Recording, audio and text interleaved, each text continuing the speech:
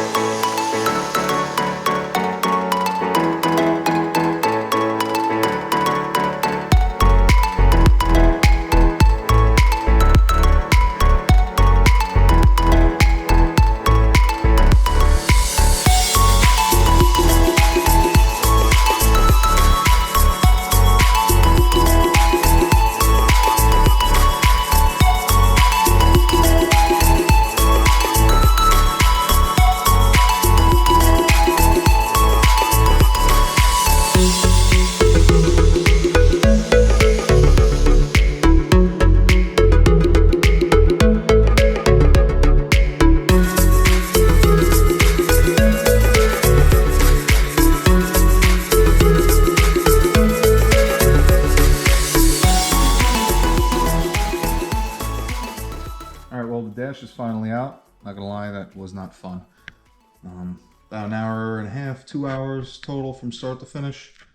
Not the worst thing I've ever done, but it's just kind of cramped in here, trying to bend around things in order to get to the next connector.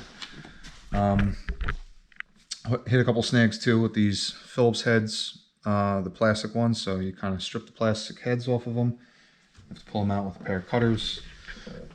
Fir tree connectors, the push connectors, those also weren't really coming willingly.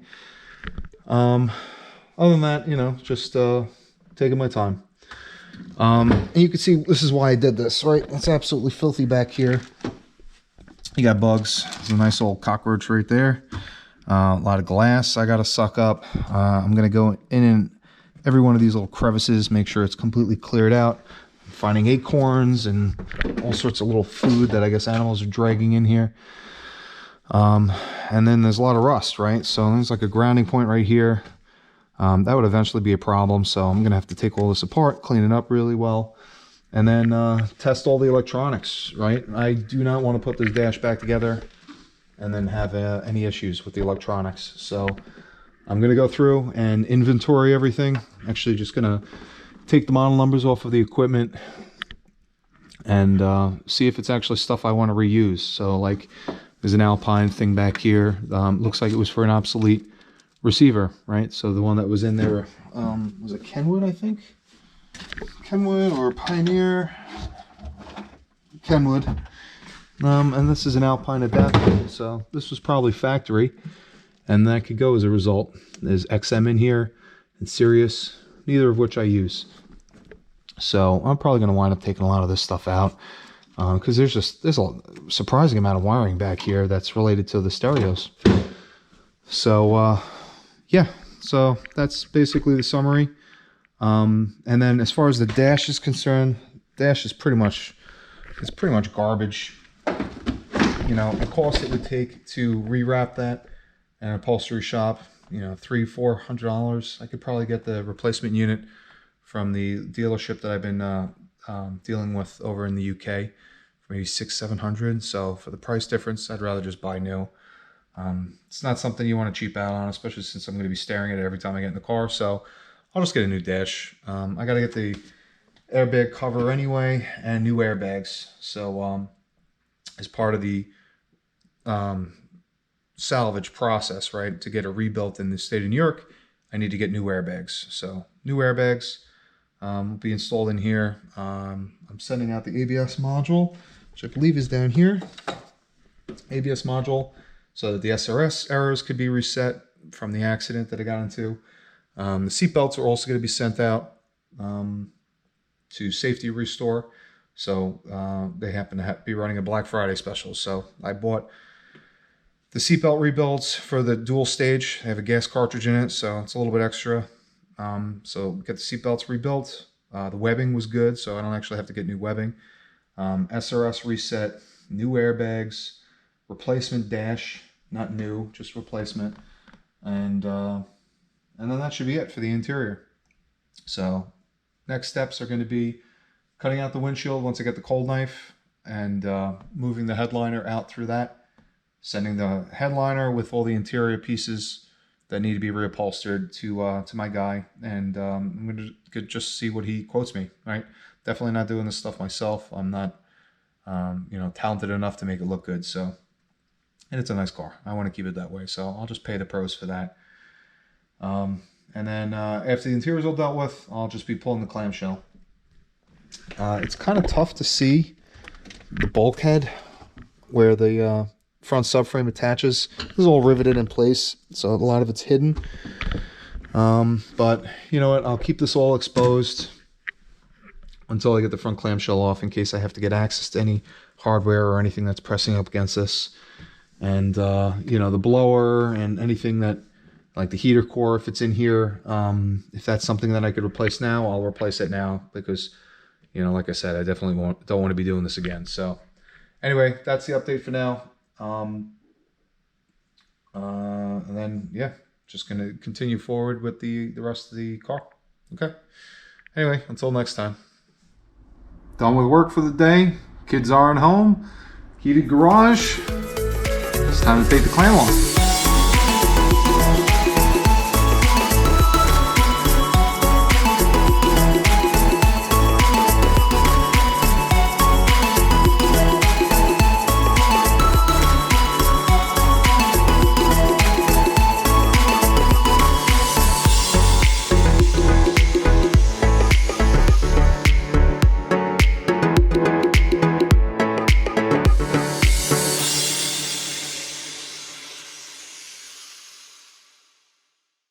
Clamshell is officially off. It's 15 degrees right now in New York, so I'm really loving this heated garage. I'm going to get back to work on this thing, and I just wanted to walk through some of the stuff that I've seen now that the clamshell's off and the rest of the car is exposed as a result. Yeah, I really love working on this thing. I'll be honest, I came from Porsches and Audis and a lot of German cars, BMWs, and because they're assembled by machine, things aren't very accessible. Audis, everyone knows the service position. You have to basically take the front bumper off to get to anything on the front. But yeah, look, I know that this is like, you got to remove a clamshell to get to components, but it's just kind of a pleasure to work on. The fasteners are like 6 Newton meters, I think, because it's fiberglass. You don't want to cause stress fractures with it. And so, yeah, they're like, fasteners are few and far between. They're all like 7mm, 8mm, 10mm. And it just like makes sense. So when you're assembling it or disassembling it, in this case, it's just like straightforward. So yeah, really like it. And it kind of reminds me of a kit car, right? Like a Lotus kit car that you would see. So anyway, yeah, let me walk through the carnage with you guys so you could see what I'm going to be up against for the next couple of months. And I already started ordering parts for this thing, and coincidentally enough, new radiator just showed up yesterday. So yeah, let's walk through it. Earlier video, I already mentioned this, but I'll bring it up again. This is where the main hit had occurred. This is in the front driver's side, right? So you can see I'm missing the washer bottle. It looks like it just kind of plowed through here. So took out the oil cooler. That's why this oil cooler, I guess, was bypassed. So oil cooler is missing. Probably just going to wind up using the single oil cooler on the passenger side with the thicker core that comes in the later models anyway. They went away from the 2 cooler designs, so not really worried about that. The bulkhead attachments are right here. So I'll just get a new line fabricated up and have it attached using these high pressure fittings. So I'll keep that basically stock. The hit right here, control arm is obviously, this is bent. Tie rod is bent. Power steering rack, I'll try to get under there so you can see it, but it is cracked in half. So that took a bad hit. Sway bar end link looks wiggly. Sway bar itself is probably okay. I mean, they're meant to bend, but maybe not to this degree. So I didn't see any stress fractures in the paint, but I'll take the sway bar off and inspect it better. Suspension, this looks like it's cockeyed, but once I have the bottom unbolted, might be okay. We'll see. The frame, you know, it's out of whack. I don't know if maybe I mentioned it in a previous video, but I debated on welding this thing. It's not going to happen. If people that know that Lotus, they should know at this point that, you know, you bond it using this type of material. There's supposedly an aftermarket solution that could cure at room temperature, but I really don't want to risk dealing with this. You can't weld it because you lose half the strength in the aluminum. They used thinner aluminum for weight saving, and then they were confident with the bonding that's used on like airplanes and, you know, other you know, aerospace designs. So I mean, it is great when it's in place, and then you do rivets or bolts for shear load, but I'm not going to be able to mimic that comfortably, especially not for something structural. So I just want to replace the whole frame. So I have somebody in the UK I've been talking to. They're literally just going to send me the whole front frame off of a good Evora, brand new. And, you know, whatever it is, it is. I'm not going to spend the Lotus price, which is like $6,500, but I will pay gladly the $2,000 to get this done. Or whatever it's going to be. Power steering. This I was able to bend back. That looks okay. Radiator was hit pretty bad. You could see there were two mounting tabs at the bottom. The tabs were broken. I could actually show you. So that suffered a hit. And I'm not even going to bother trying to fix the radiator. I have a brand new one from Wizard that I'll put in. Underneath, let's see if I can show this. Kind of tricky, but you can see the power steering rack is cracked in half. All right, so got to get a new rack. No getting around that. Otherwise, underneath, it looks really good. I'm very happy with it. Passenger side, oil cooler fine. These components fine. One bracket is bent. That's going to be an easy fix. Just bend it back. Here are those high pressure fittings. Again, I'm going to duplicate this, run it over from the other side. I power washed everything in here. Looks really clean now. Everything up top is good. HVAC is all good. So yeah, I'll get this all pulled apart and cleaned up. This was the driver's side wheel. And you could see that's not salvageable, so I'll just get another wheel. This is like missing chunks, not even worth it. Get a new wheel. It's a regular Lotus OEM. Inside, bunch of electronics to go through. Bulkhead and everything, as far as I could see from the inside. And from this side, totally square. There's no damage at all to the tub, which is awesome. So all the damage was just on the front subframe. Very cool. And here's the hood. That's it. This is the only damage on the, I shouldn't say hood, I should say clam. But the clam is fine. It's just this one spot. So kind of sucks because, you know, I guess I have to get the whole thing repainted. You can't just touch up that one spot. So whatever, that's what I have to do. All the plastics and stuff. There was one shroud for the radiator I have to replace. You can see some of the brackets.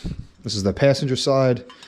For the, I think this is for the radiator, or for, you know, some of the framework on the front is just mangled. So we'll get all that stuff new. Got to get a liner. Here's the radiator. Fans are good. Evaporator was bad. It had no charge in it. And so I got a new evaporator too. So evaporator, radiator, shroud is good. Bolt that back up. And then I'm golden.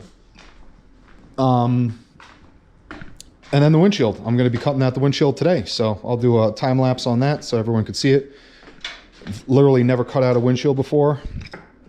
And I got this new tool. This was one of the higher rated ones. You know, I don't even know how to use it yet. So I'm going to watch a YouTube video on it and then figure it out and put that to use. So that's it. That's the current carnage. again, a lot of fun to work on. I really don't mind it. And yeah, I'm gonna get right back to it. Getting the windshield, ordering some more parts, and maybe some carbon bits because I just can't help myself. And yeah, stay tuned. There's more coming.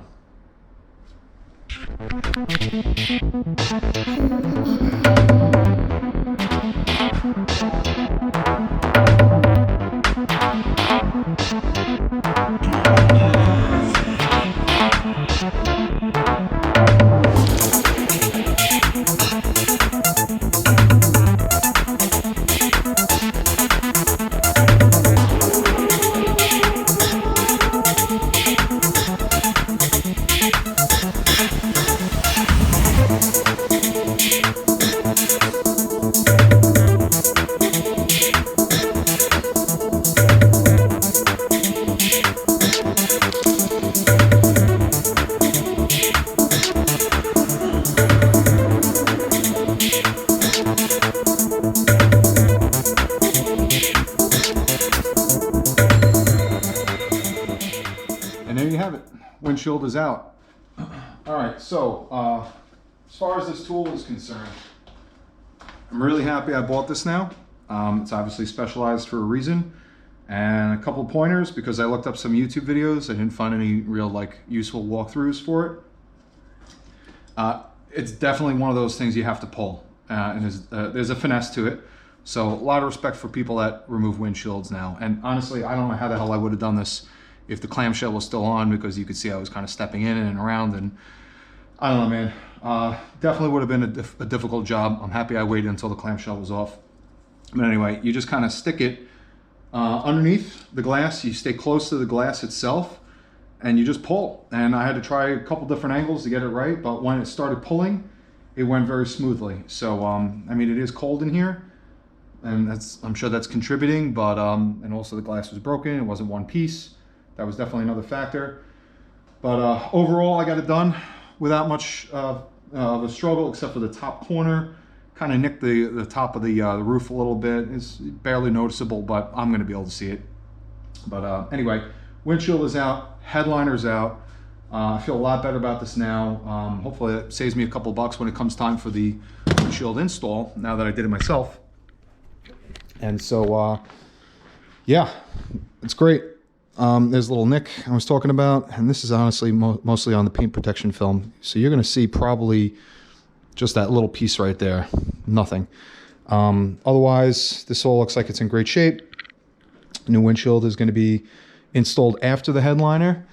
Headliner's out, you can see the roof and everything else is great. And I don't know if I mentioned the headliner yet. This thing it's kind of gross. You could see, you know, you got a little bit of mildew, mold, or whatever it's forming in the back there. I originally wasn't gonna take this down, and I'm happy I did, because underneath, I'll flip this thing over, there was a nest, a mouse nest and a roach nest. Disgusting. And you could actually see the chew marks from the mice or whatever that were living up here, making you know, a house out of this thing. Additionally, the home link was actually the ribbon cable was eaten through.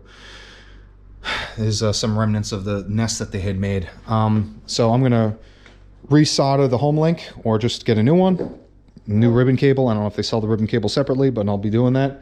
And this headliner is gonna be sanitized and recovered. So I'm gonna sanitize it first, now that it's out, and then I'll get it recovered professionally. I'm not doing it myself. I don't trust myself to make it look right. And this is gonna be recovered at the same time as the A-pillar covers on the inside. There's two little pieces here. There's the back corner pieces. I have that all boxed up and ready to go. I'll just deliver it all in one shot, along with the trim. There's the trim that goes inside on either side. And what I've done is I've gotten a carbon fiber, kind of like a plate that's an inlay, I guess. It's a scuff guard. I'll be putting that on top of the recovered trim on the inside. So I think it'll look cool. It's gonna be a little bit unique. But I also like black better than white. I know the white headliner probably makes the car look bigger, but I don't know, man. I really like a black roof, black colors. black leather. I mean, this thing, you know, I don't want to go overboard with black. There's got to be some color, but at the same time, I just think it looks more exotic, maybe. I don't know what the word is, but it's just my preference. Anyway, yeah, just going to continue to chip away at the electronics now, and dropping all this stuff off on Monday. Okay, until next time. Thanks.